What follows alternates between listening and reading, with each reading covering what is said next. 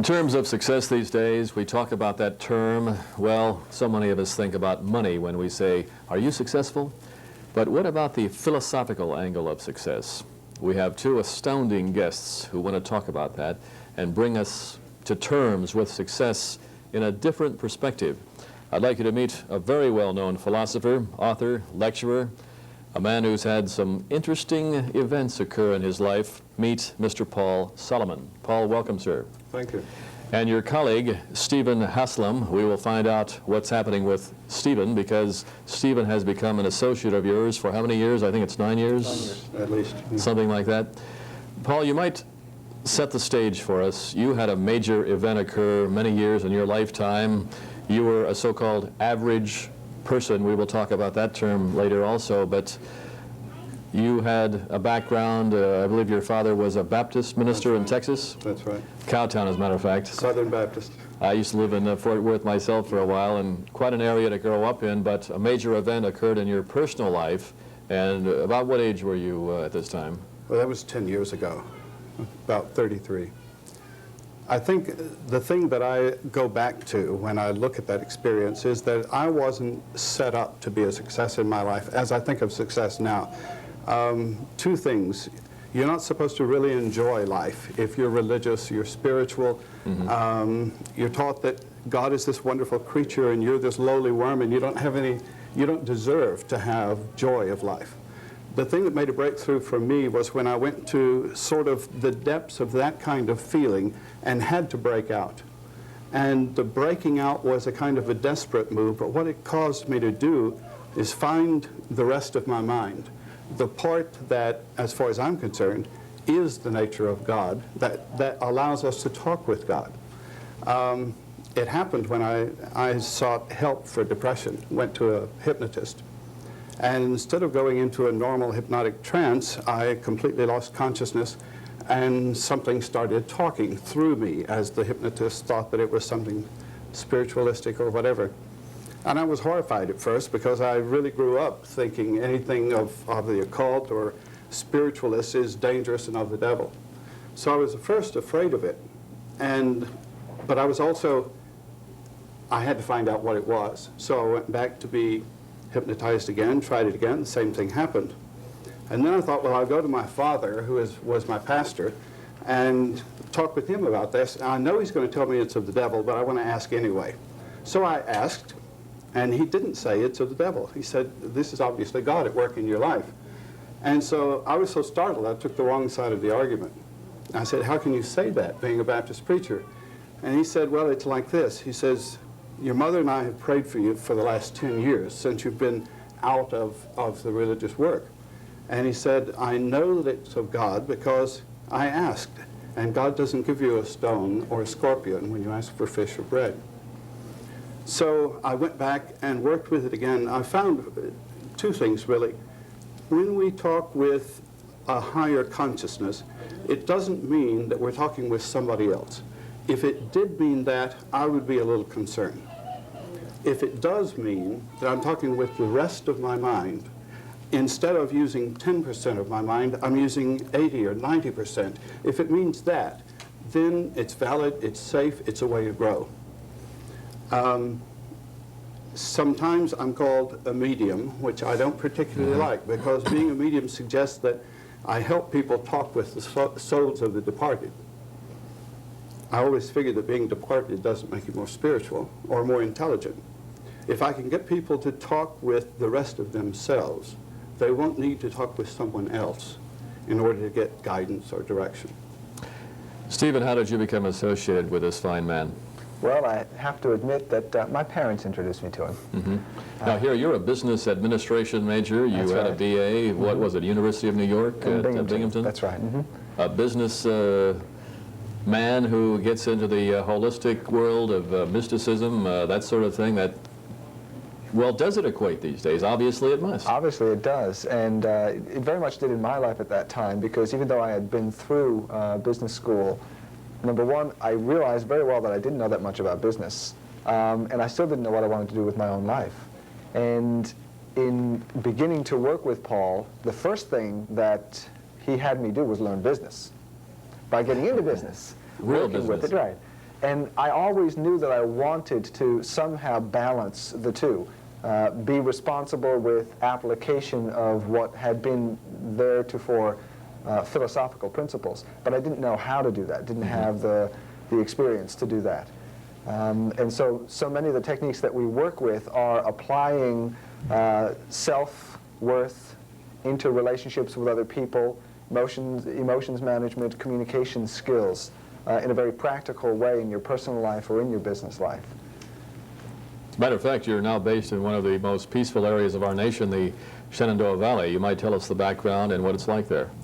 Well, actually, it was sort of accidental that we got there. It's a little hard to explain how it happened, but we were in Virginia Beach, Virginia, and Edgar Casey's area, and grew up with a large family, extended family there, and we were looking for a site that we could produce a retreat where people could go to study. When you're studying things that require you to be reflective and turn inside yourself, it's not good to have traffic buzzing around you. So we found this beautiful retreat setting, and we liked it so much that we just moved there.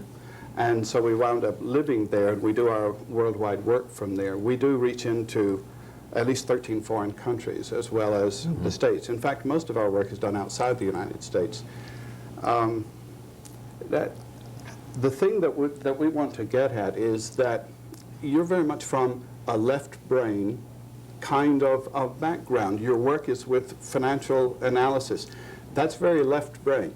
At the same time, the people who make the best business decisions are right brain people. They are people who have learned to be imaginative, intuitive, to play a hunch. All of those things are other words for being psychic. And that may not be spiritual, but psychic is a tool to help you with business, to help you with life, to help you in a religious or spiritual way, but it can be used just as practically for geologists. In fact, a good application has been in archaeology.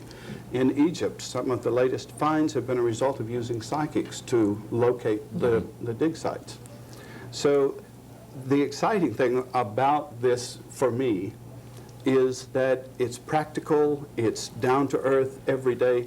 It's like you've worked most of your life with a part of your brain, probably less than 50%. Even if we say left brain, right brain, what we're really talking about is a smaller percentage or a larger percentage. If we then discover I can ask questions and get answers that are not limited to this room, these four walls, I can escape the immediate reality and ask something larger. If a thing is known, if there's any discovery in this world, and if we believe in God at all, we must believe that He knows the discoveries that we need to make next, whatever that concerns, whether it's cancer or AIDS or financial dilemma or crisis in Lebanon or somewhere. We need answers. And it's absolutely egotistical for us to think that we can get those answers just through figuring them out with half our brain. If it's true that there is another whole half of our brain there that can be awakened by turning within, then we're cheating our school children of half of their future when we train only the left brain and not the right. And of course that's changing right now, and I'm delighted that it is. Education is beginning to take into account the other half of the brain. As a matter of fact, you wrote one time, Paul, that everyone has the potential of a kind of, what do you call it, a meta-humanness, if you will. We'll talk about that. But few achieve it because of self-limiting beliefs. Now, this is something we have to discuss because we all have self-limitations that we think we can't do something because of this, because of that. And I think we've all seen that. I'm a pro at that. That's definitely my background, and it's the reason that I couldn't make business work. I didn't believe in myself. And I realized why, first of all? You were brought up that way? Many of us are. I think we're all taught not to love yourself because that's not nice. That'll make you egotistical. Right. And if there's anything that we're afraid of in this culture, it's being thought egotistical. It tears down your self-image.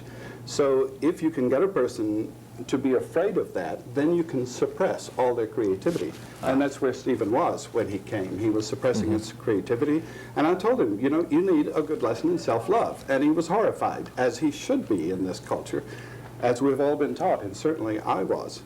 I must tell you, if I ever had to have my brain operated upon, I would want that brain surgeon to have the biggest ego in the world. He would be supreme in his own mind, and he knows he can take care of the brain problem I have. And that's, in a sense, we all have to have that feeling that we know we can do something. And how did you discover that? Well, at first, unfortunately, what I did was I went to school and thought that I could get it from what I learned. Then I came to him and I thought that I could get it from the spiritual things that he was teaching, from this technique and that technique, and I took all kinds of classes. And I learned a heck of a lot about why all the problems that I had. In fact, I had a good long list and all kinds of journal work about why I had all the problems that I had, but I still didn't have any answers. I had, at least not answers for how to change them, how to take care of them. One day we sat down and we began to work with a process that we call restaging your life in 3 acts, taking a look at your life as if it's a drama that you create. You're the playwright, you're the actor, you draw in the characters. And I began to share with Paul my drama. And through all of these years and years and years worth of studying, I knew pretty well all of my patterns. I knew the emotional traumas that I'd gone through in childhood. And so I figured what I have to deal with is the image of a wimp. That's what I thought that I grew up. Therefore, my early childhood must have been, this is how you develop a wimp. And I tried to tell Paul that story. And after about an hour and a half worth of talking to him, he said, now wait a minute, Stephen, this doesn't sound like a wimp at all. It sounds more like a Jimmy Cagney kind of character. And I stopped at that point and I looked at what he was saying. I felt like that Jimmy Cagney character at that point. I told my stories with that kind of a brash, proud nature, and yet when I stopped losing my consciousness of who I thought I was at that moment, I could get into that Jimmy Cagney character. I realized that what I'd been doing by getting into the self-growth techniques was building a whole facade in order to escape from dealing with my life as it is. And I built a wimp image.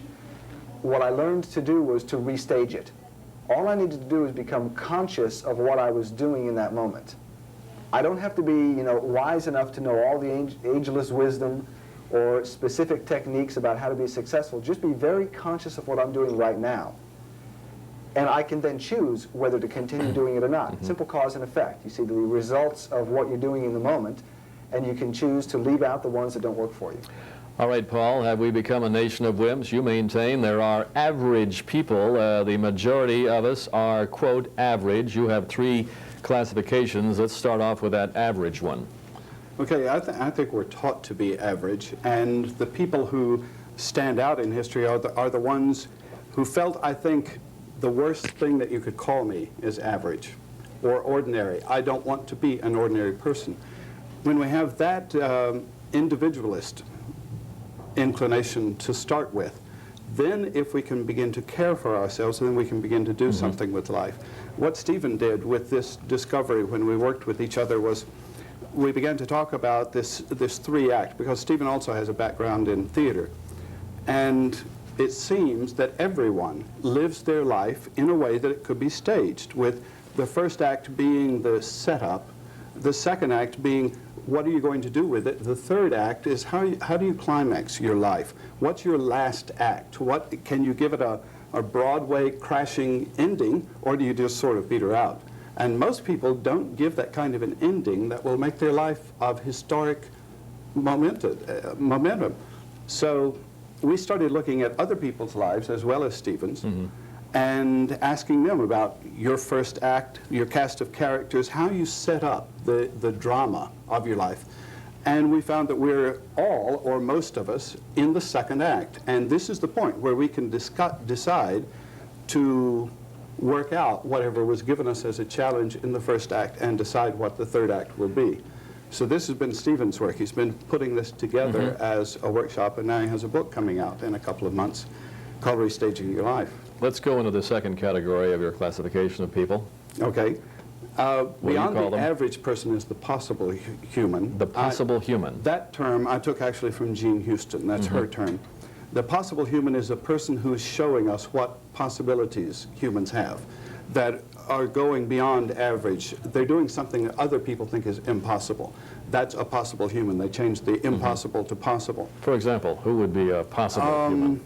Some of That our sounds sort of funny on the face of it. Who's that? Our Olympic heroes. Olympic heroes, all Some right. of those people that do those fantastic gymnastic things, or the man who broke the 4-minute mile. That's changing from average human to possible human.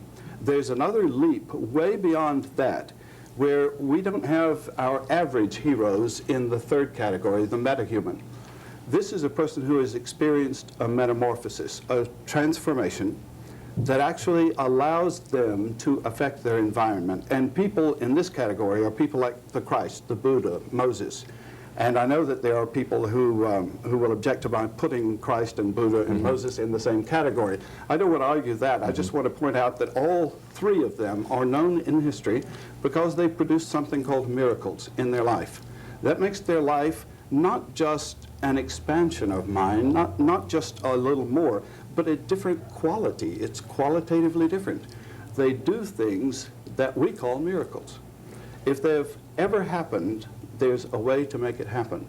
What I want to know about the Christ and Moses and Buddha is how did they make it happen? It doesn't matter to me whether that is a technical discovery or whether it's spiritual, whatever it is. You even put Einstein in that category, don't you? No, I put Einstein in the possible human category. Oh, you do? Because He didn't make that leap? Well, we don't know. I can't say whether he made that leap into transformation or not. Apparently he did, but the books, the studies that we got about him don't point out that side. He was a very great man, and he talked with God, and he demonstrated his way of talking with God. But he's a possible human. He didn't make the, made a Now, I wouldn't jump. make that judgment. Maybe he did. No, I'm just asking if you feel that. You, at the moment, you are not sure, you're saying. No, I think he did make that jump. I see. Okay. I think that, but when I put the people in the three categories, the only ones that I can think of that really stand out in this miraculous category are those who have actually performed miracles. I see. Some people would argue that Einstein didn't. I think he did. I see your point. I see your point. One really important thing about each of those really spectacular beings is that they all said that you can do these things too. You know, the major part of their message was not to pull the image of what people are relating to as God down to the level of man, or try to pull man up to the level of God, but to say, forget about this comparison trip. You have it already. All you need to do is realize it, become aware of it. It's not that hard. It's hard living life without it. This is your life now in the Shenandoah Valley and around the world with your clinics, with your seminars. The art or science, or should I call it both, potential human involvement, our growth, is it an art or a science or both? I think it's both. Yes. There are some things that are predictable enough to call them a science, but it's also an art that doesn't fall into the categories that are so easily labeled. And the interesting thing is that there are sort of opposites in how to do it. When we're talking about how to do it, I would say become quiet, still, learn to meditate. At the same time, I know that a distance runner can run and produce the same effect in the mind as a person sitting still and meditating. There are two extremes, but in those extremes, what we do in both of those extremes is get beyond our mind. And we break ourselves open to altered states of consciousness. Easy to say now, Paul. Let's expound on that. Get beyond our mind. There's the key, but it sounds difficult on the face of it. How do we do that? There are two different approaches. If you want to take the quiet approach that is meditational, then you need to turn within your mind and see if you can stop the chatter that goes on in your mind. See what you want to see and approach the consciousness of God. Use prayer and meditation, if that's your way. Or you can take it another way. You can run. Or anything else. The whirling dervishes used to dance in circles until they would be exhausted. Now, a modern runner will run until he gets what is called his second wind. If he keeps on running then, when he's absolutely exhausted, his mind will automatically go into an altered state. So it's not something that you can't do. Anyone can do it. But when you go into that altered state, then what you want to know is, what are the questions I want to ask? How do I want to get my answers? It's not something that's a terrible challenge doing it. Anybody can do it. Either wind yourself through activity or become quiet in non-activity. Either extreme will work. But the thing to remember is the thing that makes a difference between great mystics and failures in an altered state of consciousness is, what did you ask? Or did you ask a question when you went into your altered state? Or do you just get buzzed out and notice the beauty of the altered state? That can happen too. What we want to do is make these altered states useful and give people techniques that they can ask questions, they can get answers, and make a difference when they're in the altered states. It also is a healing state. You can heal your own body or even transfer healing phenomena to another body by using an altered state of consciousness. So what I would suggest for people who want to approach it is work with either one of those two extremes. Decide which one you want, the active or the receptive. In the receptive, sit down, make yourself quiet, and become unaware of your breathing and the room by visualizing a beautiful setting, a quiet open meadow with a mountain that climbs up to God. And while you're in that setting, climb up there and see what you discover. And if what you discover at the top of the mountain is the God that your Sunday school teacher told you about, you probably should start over and do it again, because the Christ that you want to know is born of a virgin. That means that when you discover a different Christ than the one you were taught, you discover a being experientially so that you know from personal experience, then you've had a mystical experience. It's not because of what somebody taught you. And this is why when I work with students, I don't want to just teach them some information. I want to get them into the mystic experience and let them know it experientially, because that's the only real knowledge anyway. Have you felt that? Absolutely. It was one of the things that Paul was talking about. In working with meditation, I think very often we separate ourselves from the real results of it. And I was thinking about how ancient storytellers used to tell stories. And in the telling of those stories, it could really lift the spirits of people or depress them. But, and even today, there are certain people who have that ability. Paul certainly does. And we call them magicians. Right. Not storytellers, That's but right, magicians, yes. That's right. But you're called a mystic also. Either way. Either way, Magicians they is the one having intertwine. Fine with me. But there's a particular quality about that, is that that kind of a person doesn't separate the symbol from the life within the symbol, the way most of us intelligent Western people do. But that intelligence, all that it ends up doing is losing the power that the symbol has. I see. Because we think that it's responsible, or it is very left brain. But the ability to tell a story, and in the telling that story, have people actually feel the power of that is related to fire, maybe, or that's related to a great storm. And you can help them into an altered state of consciousness with you, and you can go together. And that's what great ancient teachers have done, is take their students with them into an altered state and experience a whole other world there. That's exciting. That's a beautiful experience. That sounds exciting. We must talk about the idea of success in life, and in your terms, philosophically, as I said at the outset, how you view it. First of all, Stephen, from your perspective, success, it's come a long way for you in your short life already. Yes. Well, very briefly, just in what we were talking about, if I can learn the importance of what you might call symbols, or even just creating an environment to be comfortable in the workplace, everything that I do in that environment is important. It isn't just a symbol. It isn't just a token of creating support for the people that I'm working with, but it has all the importance of me personally that I put into it. First, I have to recognize the value that I have with those people. And then one of the things that has always challenged me is, well, is it my value that I'm putting in to this work in order to get them to work with me, or is it their value that I'm trying to get? I mean, who is really in charge here? Am I serving them? Are they serving me? When I try to draw that line and make a separation, that's when I get in trouble. It's learning how to see both of those at the same time. We're all in this game together. Paul? Success is the ability to live with yourself joyously. Whether you have a lot of money or don't have a lot of money may not make any difference at all. If you can have a lot of money and enjoy yourself, fine, have a lot of money, and maybe it won't hurt. And if you're in abject poverty, make a decision. This doesn't determine how I feel. And this is the trick that people don't seem to learn, is If I'm unhappy, I can explain that I'm unhappy because I don't have enough money. But the interesting thing is, if I'm unhappy, I'll make a habit of that, and I'll learn that I am habitually unhappy. When I learn to be happy in spite of the conditions, then I've taken responsibility for my own life and control of my own life. Then I can be joyous just because I want to, not because you made me happy, not because I had enough money, and not even because my health is good. I am happy because I have decided to be joyous.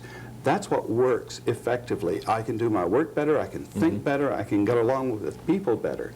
So I'm not suggesting that a bacchanalia type of enjoying yourself. That's not the thing that makes life joyous. If you can be as joyous in a quiet room or a jail cell or a hospital bed as you could be on the playing field, then you have mastered life. If you've mastered life, you're on the way to meta. We call it being seriously joyful. Before we say goodbye, gentlemen, I want our friends watching to know where you are and the name of your organization. We're Fellowship of the Inner Light, and we're in the Shenandoah Valley of Virginia. Just write to us at Timberville, Virginia. That's the best way to say it, I think. It's Route 1, Box 141. You're out there in God's country, literally, aren't you? That's right. Beautiful area to meditate and enjoy life. It's wonderful. It's the place to be. Los Angeles, a bit crowded for you? It's exciting, and I think it's good to get out here once in a while to see how the other half lives. But it's a fantastic experience. And it's a fantastic experience having you with us to share your views. Thank you very Stephen, much, nice Nick. to see you, sir. Good to meet you. Gentlemen, please come back and join us next time you're in the crowded area of California. And I'd like to visit that wonderful retreat you have there in Shenandoah Valley. Oh, boy. Good. One of these days we'll see you there. And we hope to see you again next week right here on Success in the 80s.